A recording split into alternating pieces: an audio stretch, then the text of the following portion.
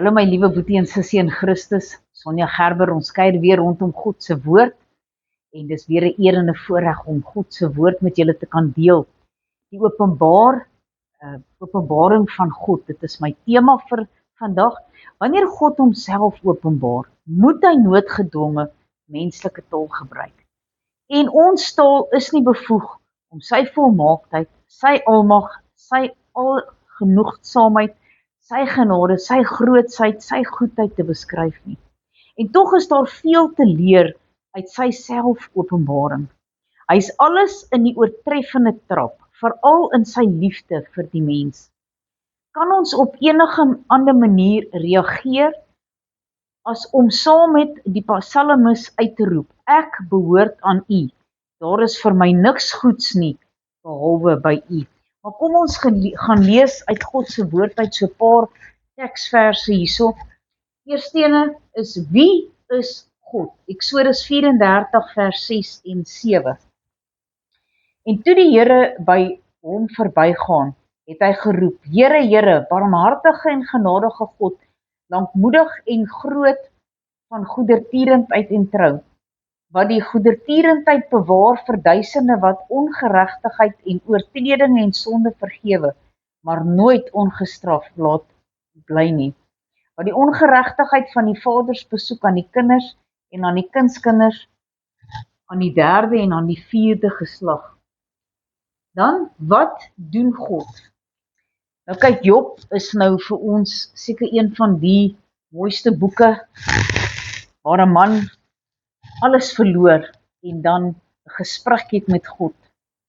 Hy soek natuurlik 'n antwoord en hy roep uit na die Here. Job 5 vers 8 tot 16. Maar wat my aangaan, ek sou na God vra en my saak aan die Godheid voorlê, en aan hom wat groot dinge en ondeurgrondelike wonders sonder getal, wat reën gee op die aarde en waters uitstuur oor die velde, om nederiges op 'n hoogte te stel daarbo en die wat in rou is, verkry die hoogste geluk. Hy wat die planne van listige mense verydel, sodat hulle hande niks kan uitrig en stand hou nie, wat die wyse manne vang in hulle listigheid en die raad van die slinkse mense misluk van haastigheid. Oordag sluit hulle op duisternis en soos in die nag tas hulle rond op die middag. So verlos hy dan van die swaard wat kom uit hulle mond en die behoeftige uit die hand van die sterke man. So is daar dan verwagting vir die arme en ongeregtigheid hou die mond toe. En dan Job 9, vanaf vers 4 tot 10.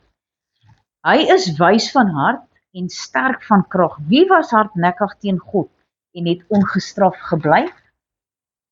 Hy wat berge versit sonder dat hulle dit merk, wat hulle omkeer in sy toren, wat die aarde laat sidder uit sy plek, sodat sy pilare drul, wat bevel gee aan die son, en hy gaan nie op nie, en die sterre agter 'n seël wegsluit, wat alleen die hemel uitspan en stap op die golwe van die see, wat die beer gemaak het, die Orion en die 7 ster, en die kamers van die suide, wat groot ondeurgrondelike dinge doen, en wonders sonder getal. Dan my laaste gedeelte is in Jesaja 64 verse 8. God is goed vir ons. Maar nou Here, U is ons Vader. Ons is klei in U hande.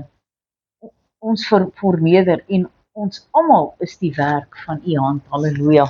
Kom ons bid saam. Almagtige God, Hemelse Vader. Here, wie kan met die grootheid van God vergelyk word? Here, U is groot. U is wonderbaar. Here, U red mense.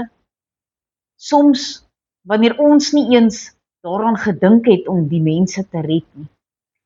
Here, kom U en red U mense se lewens, U red hulle harte. Here, U gee vir hulle 'n nuwe lewe. Here, net U kan dit doen. Here, U is 'n wonderbare God en ons het U lief, Here.